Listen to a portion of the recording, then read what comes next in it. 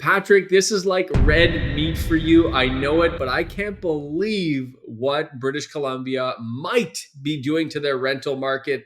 Take us through it because this kind of stuff scares me, and you are 100% right to be concerned.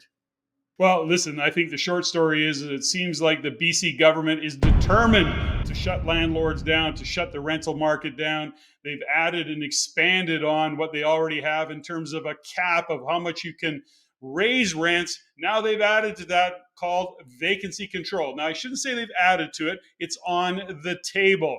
And can you believe it? They're actually talking about when somebody leaves a unit that is well below market rent, they're still going to cap how much you can raise rents. We'll talk a little bit more about that, but ultimately they're trying to shut down the rental market, so it seems. What the is this? I don't know.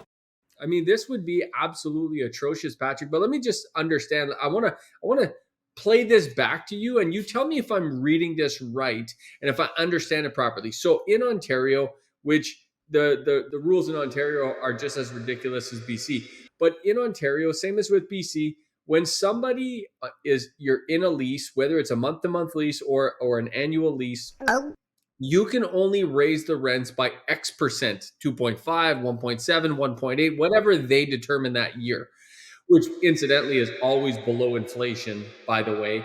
Never considers interest rates, by the way. Never considered. Anyways, I rant enough. But usually the saving grace is when somebody leaves and that unit becomes vacant, now you can go to market rate. So you can increase as much as you want. It could be double. Whatever the market will bear, whatever the market rate is, that's where you set your rents. And then things are okay because often if you're cycling tenants every 3, 4, 5 years, you're typically okay. At the end of the last tenancy, you're going to be significantly under rent, but then you go back up to market rents and it's typically okay.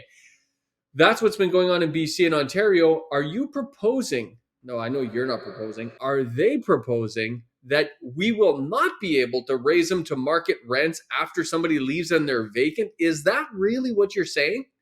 Yeah, believe it or not, that's exactly what they're suggesting. Now, a BC MLA, Sonia Firstino, I think is how you pronounce her name, has suggested, and she's actually introduced a private members bill to amend the Residential Tenancy Act in British Columbia to enable vacancy control. Here's her story. She's suggesting that when people now move out of those units, to get them back to market rent, just as an idea, or to give you some insights into that, a 2-bedroom unit has increased 33.5% last year. Victoria was 37%. In Ontario, it was 40%. She's going, that's absolutely crazy.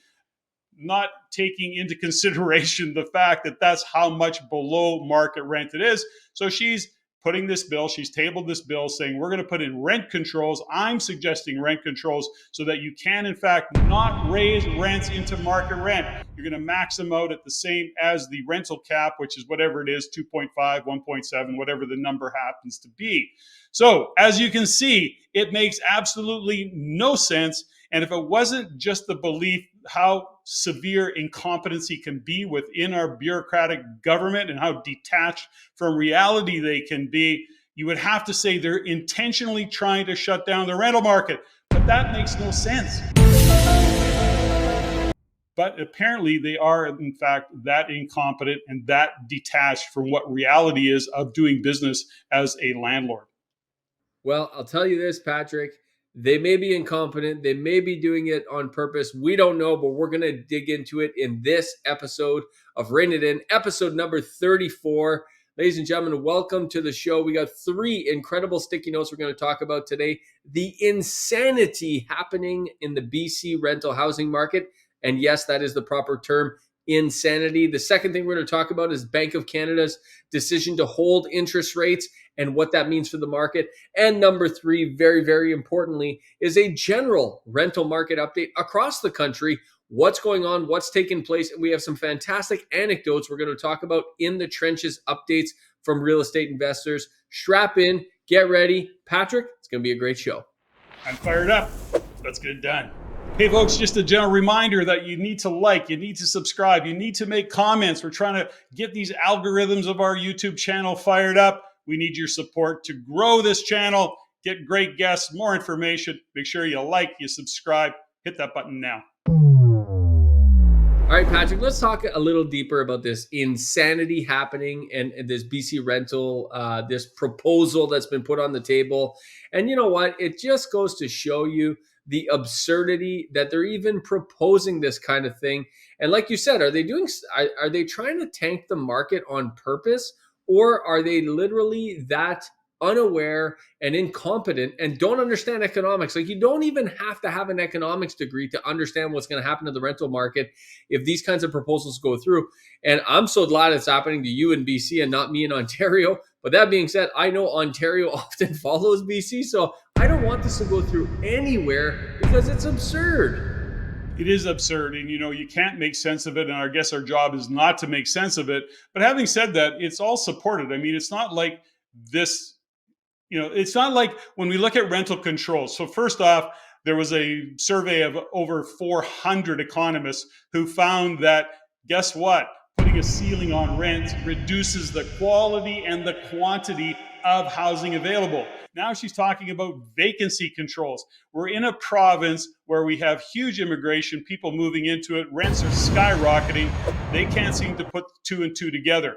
A Stanford study, as a matter of fact, showed that when we increase rents, future renters don't know where to go. So what happens is it creates gentrification and it reduces the options, and people stay put, and it just shuts things down. And a little side note, by the way, and you and I talked about this a little while back, which was they do this in New York. Now they have huge rent controls in New York. And this was a little known fact. Mayor Ed Koch maintained a $475 a month rent in his controlled apartment, even while living in his mayoral mansion. So this is what it leads to. People don't leave. And for those who have got maybe deeper pockets, they're playing a game in behind the scenes. It makes no sense. They're shutting down the rental market. There is plenty of evidence, and New York is one of the best. San Francisco is another one. You're absolutely right, Patrick. There's plenty of evidence to suggest this does not work. And I know, and this is what's unfortunate about these policies. And Patrick, you and I rant about this privately all the time, but it's time we rant about it on YouTube, which is, what really burns me about this is the very people they are trying to help. And I understand this may be even coming from the right place by this MLA. I don't know, but let's assume it is for a second. The very people they are trying to help, those are the people that are being hurt, because all this does is take rental stock off the market. People will not get into real estate and not, in fact, rent these apartments. They're going to do other things. And now if you think about, Patrick, what I find fascinating about this is if you think about what are the options, right? They've already, and this is unfortunate for you in BC, and I say you, I know you mostly invest in Alberta, not so much in BC, but it's unfortunate for people that already own real estate in BC, and it's the following. Number one, you guys have already implemented a flipping tax, or you're implementing a flipping tax. That's one very, very good strategy for real estate investors. That's coming off the table. Number two, second, Airbnb. Oh no, let's shut that down across the entire province. That's a problem. And now this is the number three. This is like the straw that broke the camel's back, in my opinion, but it will only hurt the very people they are trying to help, because ultimately rental stock will come off the market and that will only bring prices up. This will not help, and this is the part I hate the most, like it does in New York, this will deteriorate housing. This will deteriorate apartments, Patrick. If you go to New York, there's a reason every apartment is roach infested, has all these problems. The owners don't want to put any money into them because they can't get any return on their investment because of these stupid laws. And that's what's going to happen if this goes through in BC. If this goes through in BC, to your point. Now, we can hope that somewhere, somehow, common sense kicks into gear. I mean, when you look at what the BC government is doing, it makes, to our point, absolutely no sense. And then add to that the fact that we've got interest rates that are higher. We've got mortgage applications that are stacking up, and that applying and receiving mortgages for rental properties is more difficult than ever. The cost of entry into that game makes cash flow almost impossible. So there's so much going on in behind the scenes. Again, we're in a province where we have people moving into it, and I think we're going to see and continue to see the outflow out of British Columbia Guess where? Into Alberta. And like it or not, JG, I know you call me Mr. Alberta, but a lot of this is just common sense for people living in British Columbia. They have to go to number one, where there are jobs and where there's a cost of living and a cost of housing that is affordable. We're going to start to see an already expanding tent city right across the province. And I know British Columbia is not alone in that conversation, but certainly it's going to even escalate further than it is today, given all of the changes that they've made. They're basically taking more rental units off the market. And this kind of thing, especially, and this is what's fascinating, Patrick, because this kind of thing does not help the tent city problems. It does not. It makes it worse.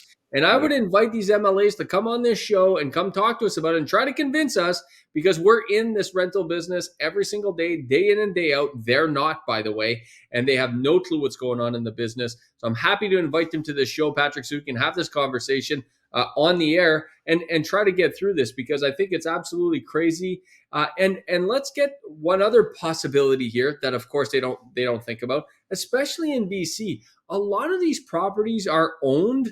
A lot of these properties are owned outright. A lot of these properties are owned with no mortgages. A lot of these properties are generational. Again, go back to, like, if you think about what's happening in London, England, if you think about what's happening in Europe, what ends up happening is if you own this property outright and you don't have to generate an income, guess what? You don't care. You just leave it empty. Oh, they're trying to tax that too, Patrick. Oh, fascinating. What is this? Is this Atlas Shrugged? Is that what's going on right now? Is this Atlas Shrugged? By the book, the famous book. I think it's becoming that way. Well, it's interesting that you bring that up. It's like you can't suck and blow at the same time, and ultimately that's what they're trying to do. To your point, when you have unused housing tax or whatever rule they want to wrap around that, it really is just shutting this market down. And this is lag. So here we go, folks. Number one, it is a proposal. It's a bill that they're putting on the table. Will it get approved? Likely not, or maybe it will. We don't know. But at the end of the day, it's a train of thought. This is absolutely a case of politics over policy. The squeaky wheel gets the grease. We've talked about it dozens of times. Everybody's looking at appeasing those poor renters who can't afford rent, and they blame, and of course the government isn't going to take any responsibility for that. They, in fact, will blame landlords, rental housing providers. That's where they'll shine a light. And so they come in and they go, okay, you poor tenants that the rental housing providers are taking advantage of, let us help you control. We'll control it for you, and you won't have to pay as much rent, which we know is not true. Anyways, the frustration, the exasperation is high in this particular topic, in this particular province. JG, you're in the property management business, and I know that for you, if this comes into Ontario, it will be, I don't know, devastating is a word. But anyways, we don't need to add to the list of things that we're facing as rental housing providers. There's still opportunities there. We just have to work it. Enough on this topic. I'm getting too fired up, Patrick. Me too. All right, Patrick, the next big announcement and topic of conversation here is the Bank of Canada. Literally just a couple hours ago, we were supposed to shoot this show yesterday. We decided to push it to today because the Bank of Canada has released that they are keeping interest rates the same. Now, that is obviously, it's okay news. It's definitely not great news. Great news would have been them lowering by at least a quarter point, or showing the market that they would lower by a quarter point. They haven't done that. They've stayed steady. That's okay news, because the worst news would have been a rate increase. That would have been terrible, which some people were saying could maybe happen, slight possibility. You and I didn't believe it, Patrick. But the question I think that we should dig into is tell the listeners why this decision. Now, we're not going to profess for a second to think we know what's going on in their heads, but there is some data points that's showing why perhaps they are staying steady again this month. I hope that they soon go towards lowering. But right now, Patrick, fourth quarter GDP, real GDP by expenditure, came up and was up 0.2% in the fourth quarter. If you remember, just a week or two ago, we shot Rain It In, and we were kind of wondering, and I had you make a Patrick prediction on where you thought the GDP would land for the fourth quarter, because if it was negative, we would have officially been in a recession. Turns out it's not negative, it's up 0.2%, which was bang on with your prediction, Patrick. Yeah, and I don't really believe GDP numbers anyways, but let's just say they are what they are. It's what Bank of Canada makes their decisions on. So they're holding steady. Good news. I'm now in the camp of saying 2024, I don't think there is going to be a decrease in rate in the Bank of Canada rate before the end of 2024. I think we're going to be into 2025 given what's happening. The Bank of Canada is in a tough spot because housing is what drives this economy. They definitely are fearful that if they bring rates down, they're going to ramp up again the housing market, which will be part of what drives inflation. Sadly, however, the rest of the economy is not great. I mean, it's okay in some sectors, but as we go forward, we'll talk about that in a minute. You start to see that a lot of sectors are starting to slow down. And if you look at GDP in those sectors, it's actually in the negative territory. So what's the Bank of Canada doing? Well, they're holding the rate. They're waiting for the economy to catch up to it. I think ultimately they're going to have no choice but to lower it. But that's for another conversation. We'll see what they do in the future. I do want to bring up one point, though, JG, and this is one of those things that when we look at what's happening, part of slowing down an economy, rising interest rates, of course, the cost of doing business, the cost of goods is more expensive. So you're not borrowing money. It slows the economy down. But what isn't being talked about enough in my world, at least in the context of what I'm suggesting, is that when we look at taxes, our increase in taxes overall across this country have come off the charts. We'll use carbon tax as an example. April 1st, we're getting another significant hit. Now, aside from the fact that whether you agree or don't agree in terms of climate change and is it having an impact on climate change, blah, blah, blah, here's the thing. This is also part of what cuts into the discretionary income of Canadians. If you don't have money to spend because you're also paying taxflation, guess what? You're not spending more money. And here's one of the reasons that I think that they're fearful. So we have the Conservatives going, tax the tax. Well, that all makes sense. But I think you've got the Liberal NDP government going, if we do that, people are going to have more disposable income. They're making about climate change. But if we have more disposable income, guess what they're going to do? They're going to start spending money. The economy is going to get fired up again. Bank of Canada is going to have to raise rates to try and slow it down. So I don't think they're that smart, but that would be my reasoning in this whole taxflation issue that we're dealing with. Part of taxing us to death is crushing disposable income. That also slows down an economy. I don't think enough discussions had around that. You said the words common sense a while ago, Patrick. You actually use the words common sense and government like in the same sentence, which we know doesn't exist. So, and at the end of the day, they really don't care about anybody's disposable income. That is not their concern. So they're gonna keep taxing. They're gonna keep increasing everywhere they possibly can, and they're gonna jam it through as much as they possibly can. That's gonna continue to happen. That's not gonna stop, and that's just what they do. I feel so helpless. But what they're looking at, and I was in a sense, Patrick, I got to be honest with you, I was kind of hoping for a negative fourth quarter GDP because it would have officially put us in recession, and then it could have went across the board because then the news would have jumped all over it. But this is kind of like a wah, wah, wah. This is 0.2% in a quarter, Patrick. That is less than 1% growth in the entire year. That's 0.8% on an annualized basis. This is essentially a stalled economy, but it's unfortunately just positive enough not to get the bad headlines. And I was kind of hoping because then perhaps we could have saw it go the other way, and then the Bank of Canada would cut interest rates, and then you might have a meaningful move on the other side, which is ultimately, I think, what we're looking for. But here's the reality of it, JG, and that is that much of our GDP is driven primarily by immigration. If we really unpack all of the numbers, this isn't about productivity. It's not even about housing, because the housing market, for example, in Ontario is all but shut down in reality relative to what should be happening or could be happening. So much of our GDP is just from new immigrants coming into this country, spending money. It's a whole different can of worms that we're dealing with, but it is really the Bank of Canada holding a rate based on a different set of filters that they're looking at GDP through. And I believe that we're going to see the lag start to catch up. We'll start to see unemployment tick up. We're going to start to see a number of things that are happening. And, we'll see it slow down, but it's going to be a while into 2024, probably third quarter before we start to see that. Now, core inflation has come down in January of 2024. This is another reason why I think the Bank of Canada held interest rates. It, from their perspective, Patrick, it's going in the perfect direction. They're not quite in a recession. They've totally slowed down the economy. Inflation has definitely come down, especially in the core. You can see it was at 4.7%. It's now down to 2.4%.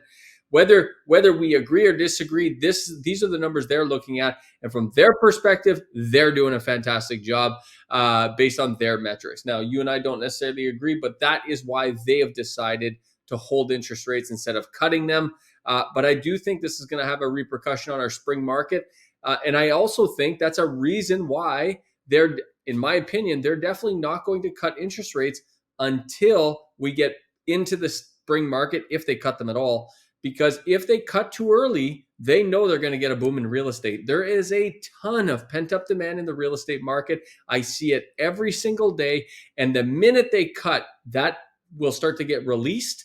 And that's not going to be good from their perspective, is what I think. Well, and we've talked about it many times. When we look at core inflation, we have to just keep in mind costs are not coming down. Inflation is slowing down. So in other words, the speed of which we're inflating has slowed down.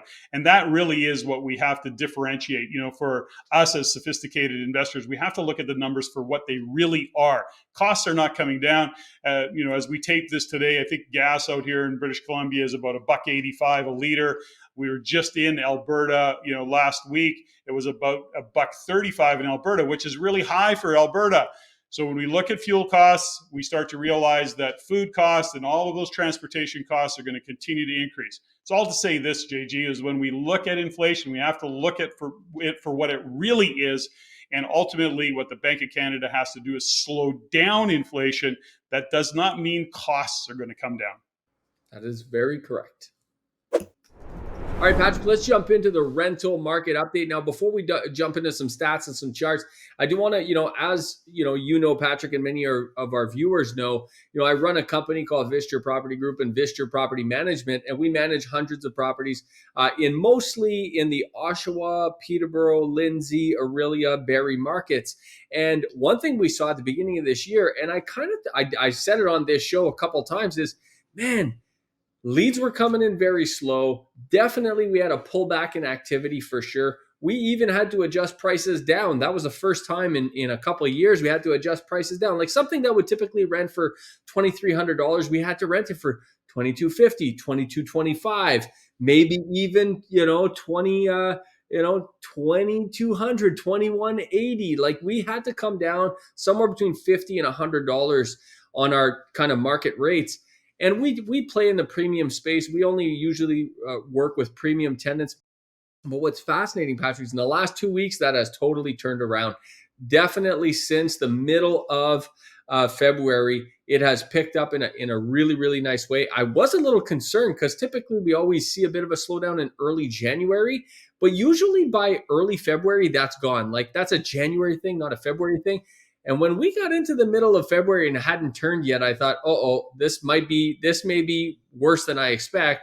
But it did turn. By the end of February into early March, we are definitely now things that were say the market rents $2,300, and in January I had to rent it for say $2,250. I can now rent it for $2,350 or $2,400. So we've seen it go the other way now. So it's a very good thing. And in every market that Vistor Property Management runs apartments, we have some incredible tenants, and we have a backlog of great tenants looking for a great place. And that's kind of the in the trenches market update, if you will, Patrick, of what we're seeing at Vistor Property Group. Well, a couple of things, because you were having a conversation with Trusted Partners, RPM, Real Property Management, who then take it, you're based in that sector of Ontario, but of course they're also national. And then you guys were comparing notes, and this is pretty steady right across. So really it was about what happens this time of year. That was really what was driving that. But I want to point something out for investors. JG, you're pretty experienced. You're in the property management business. You're in the development business. Vistor's doing a lot of things. But you get caught up. You're going, holy cow, what's going on January, February? Listen, there's an emotional component of it that even gets the best of us. But we have to go back to what the fundamental data is. The rental market is not going to collapse because we've got too many people moving into this country that need a place to live. And so ultimately, a seasonal thing. Nobody wants to move in the cold of January and January 1st. February, they're going, okay, well, we can start to warm up. So now we're going to start to see March and April. Here's my prediction. Here's my fearless prediction. Rents are going to go even higher right across the country, including your neck of the woods. So that's my fearless prediction, because the data doesn't change and the facts are the facts. We got that happening for us. We've definitely seen that, Patrick. And you can see by these couple charts I'll flash on the screen that, we've talked about this a lot. There's a record population coming into the country. Even though they've slowed it down, it's still record population because of how many have come into the country in the last couple of years. And there's not enough housing. And that is having the rental prices continue to surge. You can see last year, Patrick, on average, rents went up 8% on average across the country, which is the most they've ever gone up since we've been tracking this number in the early 1990s. It's the most ever. And it was only higher than the previous year, which was 7%. And so these are really, really big increases. And the only thing that's going to fix this is when the government facilitates the building of more inventory and helps get more inventory online, not remove inventory like the crazy, insanity, stupid shit that's happening in BC right now. That's only going to hurt. It's not going to help. Let's be clear. The government isn't going to fix this problem. Entrepreneurs, builders, contractors are going to fix the problem, but they're not going to fix the problem until something happens with rates. Oh my gosh, what a mess. It's a mess.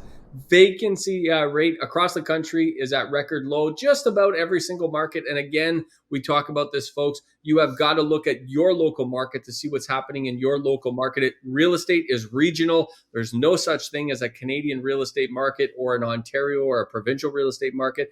You have to look at your region. But at the end of the day, Patrick, if you're looking at what's happening in the rental business, rates are going up. You have a lineup of people looking to rent your apartments if you have good product. And that's because of the housing shortage we have. And that's going to continue. I don't see an end in sight for it. I agree.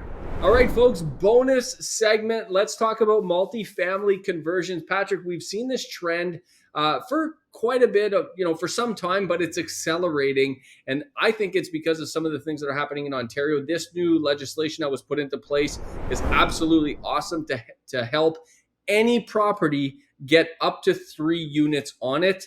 And Patrick, we have some great charts to show for this. Well, yeah, when we start to look at what's happening in that space, a couple things. When we go back to financing and understanding that we need to be able to cash flow, we have to be able to expand on where we can collect rent from. So taking these particular units or these lots and then building into small multifamilies is one of the strategies that many are taking advantage of. And by the way, financing becomes a possibility in that. And if you're lucky and maybe you add that, additional dwelling unit, you can get some CMHC financing, which is not easy, but at least it's a possibility that expands and you're able to get your capital to work. I'm just going to insert right here, JG, at the end of the day, folks, we need to get our capital to work. Real estate still works, but you really need to work it through these times. Lots of opportunities show up. And what we're also seeing, and this is huge, JG, and I happened to have a conversation with Kyle Agro with Equiton, one of our trusted partners, who talked about what's happening in the multifamily space. And as you can see by this chart, there's huge amounts of capital moving into the very large multifamily space. And I'm talking 100 units plus, and we're seeing lots of capital flow into those markets. And that multifamily space is great, by the way, because it does provide that cohort of renters space in the multifamily, which is more affordable than standalone, let's say a duplex or up-down units on a detached. So they're getting into that multifamily space. Those temporary workers that are coming into the country or those that are just getting established will go to that multifamily apartment style units.